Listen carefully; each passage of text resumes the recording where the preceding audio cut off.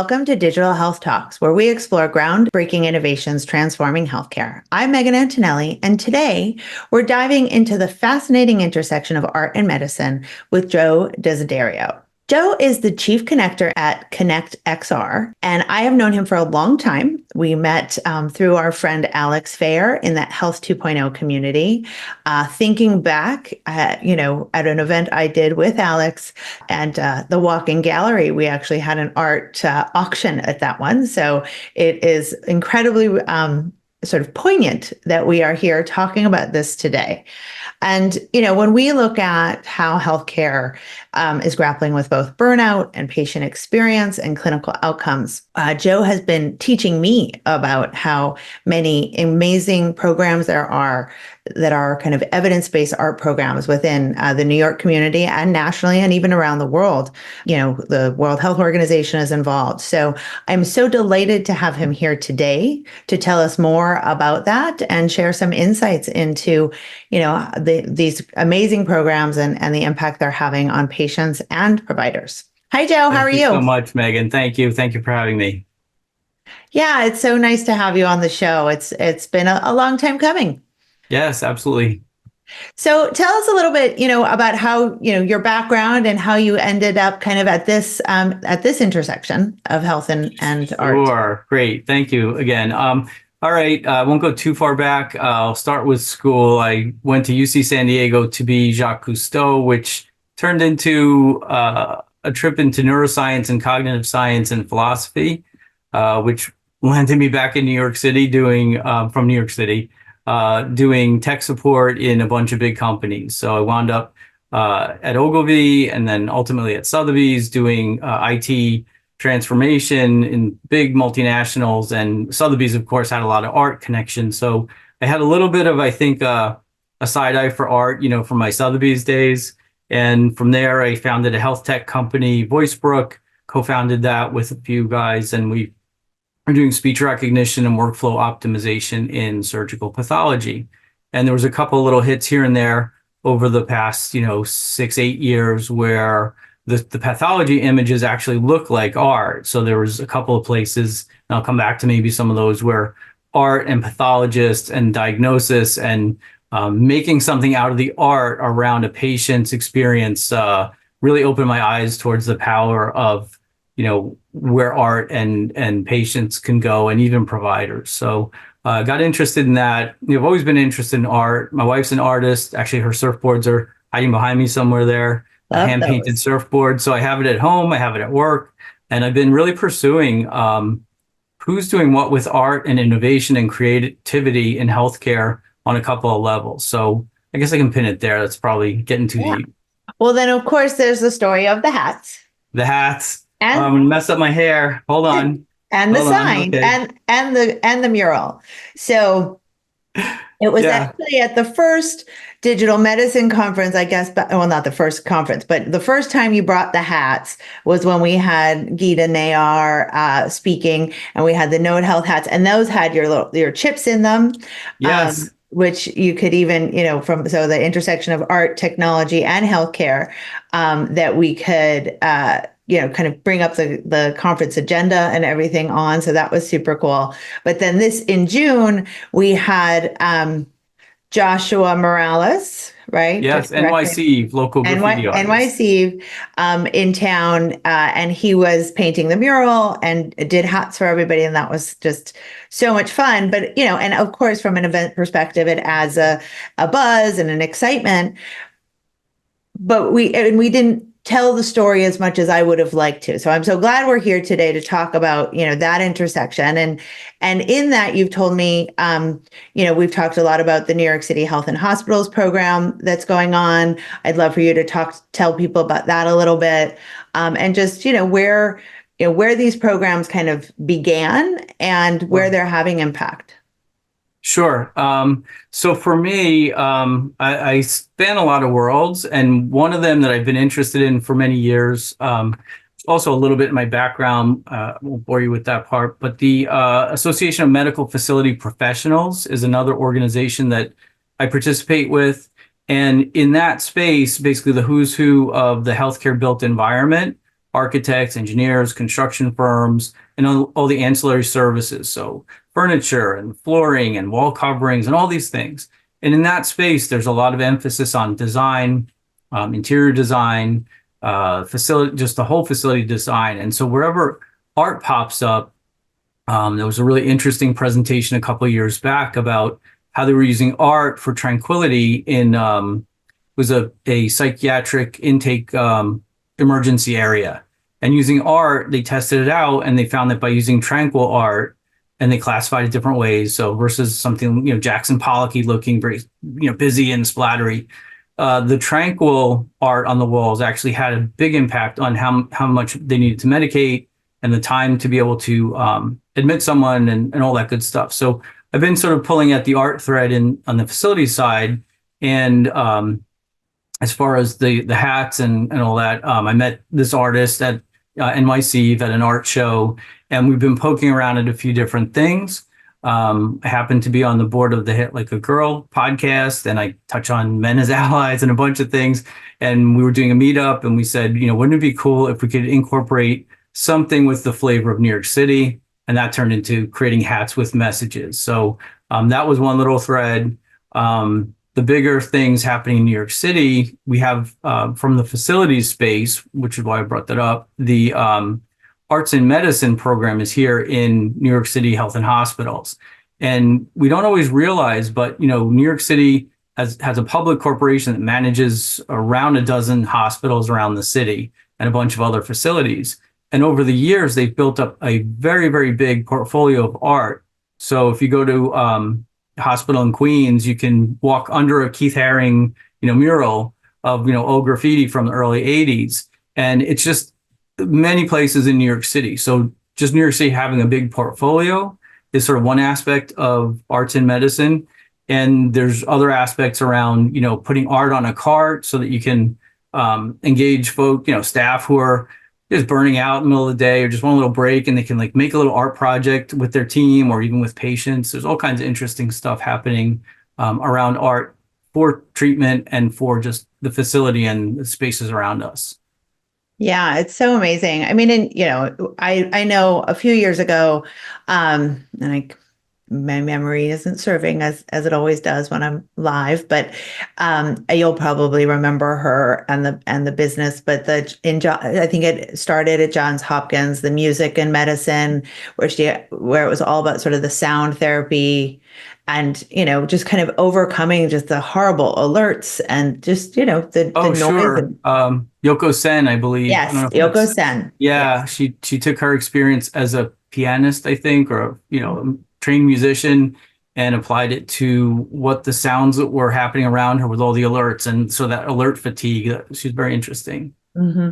Yeah. So, I mean, I think it goes so much, obviously the patient experience, the culture that people, that you're in, and the environment of the hospital. But then, as I've started to think about it and thinking about, hospital at home and healthcare everywhere, and kind of how this all interacts, right? So you've got music, there's even just the food is medicine movement, right? And all of these pieces of, what we define as quality of life aspects, whether it's art or music or food, the things that we enjoy, putting that into healthcare to make healthcare and the process of getting well and being well, enjoyable.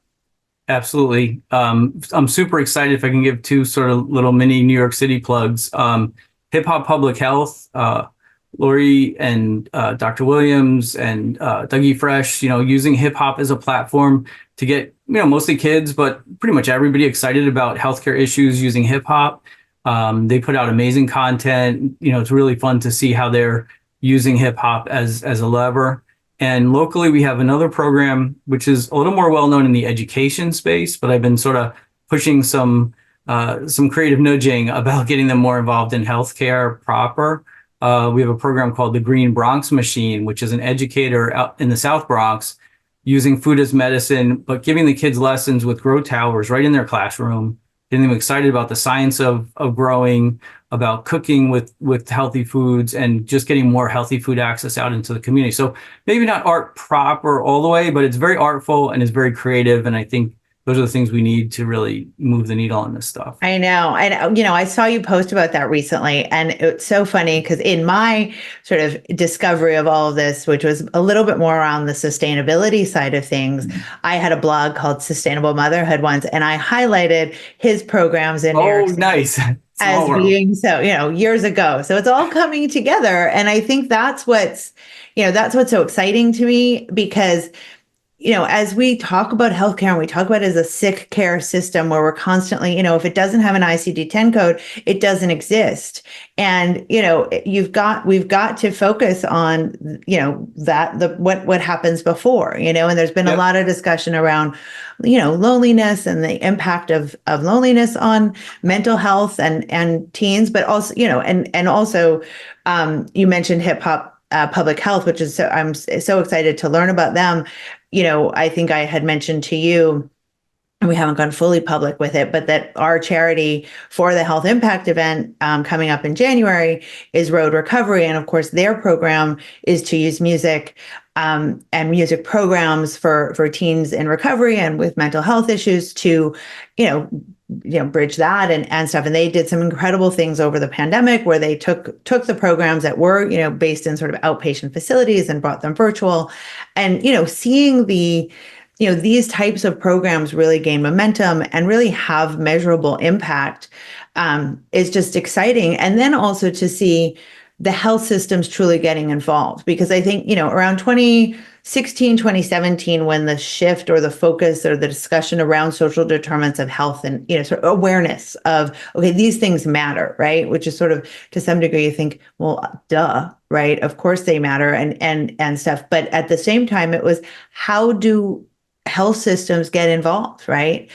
And now we're seeing health systems like SBH have gardens on their rooftop, and New York Health and Hospital getting involved in these arts and music programs, or that are really having an impact on patients as well as on their clinicians. So it's exciting to see.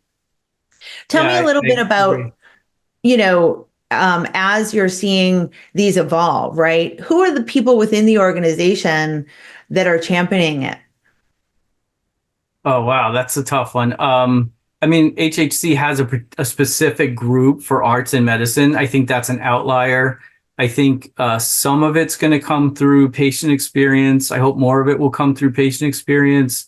I know in the medical facilities world that I'm in, I'm also sort of pushing a little towards more green. They have focus on green spaces and having welcoming designs and designs that help even the staff with their own sort of burnout issues. And I think we have the facilities there, and there's plenty of space to do green space and maybe to bring in some healthy food growth. So I think you're going to see it coming from a bunch of different angles. And then the folks who focus on the kids, like Steve Ritz and Green Bronx Machine, like bringing it from the other side where they're getting educated and they're even educating their families about, healthy food. I think there's an obvious intersect with the health system and the local education system, coming together at the local level. Yeah, some sort of strategic partnerships, and I think obviously the World Health Organization being involved with the Jameel Arts and Health Lab and that whole group is interesting. Are there any other sort of pockets of funding, or even on the innovation side, where you think there's kind of potential for this? Right? Sure. I mean, I think there's a big move on the outside. In the corporate world. So Kroger just made a big push at health. I'm not endorsing any, I just don't know all their specifics, but I'm just, from the stuff I've seen, Kroger's making a big push into healthy food. You have Instacart, pushing in, you have people like Farmbox. There's lots of companies who are also intersecting the health system and a local community organization. So I think all these things are coming together. Yeah. Yeah, no, it is. It's interesting to see. And it's when hopefully when there's that impact is truly measurable. And I know some of the things I was reading about in terms of, even cost reduction, length of stay, certainly around even oncology and, sort of healing times and wellness. There's some really amazing studies out there about the impact. And so It's just, it is a little bit of like, where does this live and whose responsibility is it to bring it forward Yep. as we have all of these different things happening. And I think, when we talk about like the well home and, wellness initiatives that are beyond, the hospital walls, it gets even more exciting. And I think there's even more opportunities for innovators to kind of, look at that space and see what they can do. Yeah, absolutely. There's also an educator, Dr. Raven, the science maven. I follow her. We haven't met in person, but I follow her antics, sort of online. And I think she just set up a grow tower in her living room. So it's coming from everywhere, which is really exciting. Oh, nice. Yeah. Well, as you think about, some of these efforts and around kind of the wellness and, even retention, for health systems and things, what are some of the programs that you think are, like you talked about the art carts, like, are there some specific programs that you think, are pretty easy for health systems to kind of adopt and do? Yeah, I mean, I think the art carts is a good example. I think there's really low hanging fruit around, using art in the therapy, especially pediatrics, kids, in long stays. I'm sure there's lots already happening there. That's probably not that new. I think taking some of that and bringing it to staff and bringing it to even staff and, care teams and patients. So the example, one of the examples where I first got involved was a pathologist at Moffitt and her patient. It was Dr. Bowie in pathology, and her patient, Ray Paul. He was a fine art painter. And they started consulting. And in the pathology specialty, there's not typically as much consultation directly with patients. Usually it's back to the referring physician. So they're frequently one-off, and there's a kind of big movement to get more engaged directly with patients in the laboratory, which creates other issues, and you need, billing and all that stuff. But at the core issue, they really both cared about getting to know each other. And by using the image of his art, he was able to first, he didn't even realize, I think, there was a digital image of the art. So, pop out a big image he could paint on, and he paint on it to sort of attack his cancer. And I think it was a really, really interesting way to see them come together. And the upshot of that was they actually created an art book with many participants, other physicians and other laboratory folks who did some of their art, other artists who had experience with cancer. And so these things are coming up and popping up in really interesting and surprising ways sometimes. So I think they're easy to get going, though. I think it's a matter of having somebody who has the sort of mandate to do it or just takes the bull by the horns. Right. Yeah, no, it is. I think it's interesting. And I think in watching, sort of doing the research around this, a lot of people getting inspired to do it during the pandemic, right? Where there was a little bit of quiet time, perhaps a little bit of sort of reflection, and, you needed something to do. And so a lot of people sort of picking up art and seeing, how much that had a healing power, and then bringing it back to work when they returned. So it's some interesting stories about the folks who have kind of gotten involved. Sure. In terms of so you mentioned the 7,000 artwork collection, right? The big artwork collection that the New York Health and Hospitals have.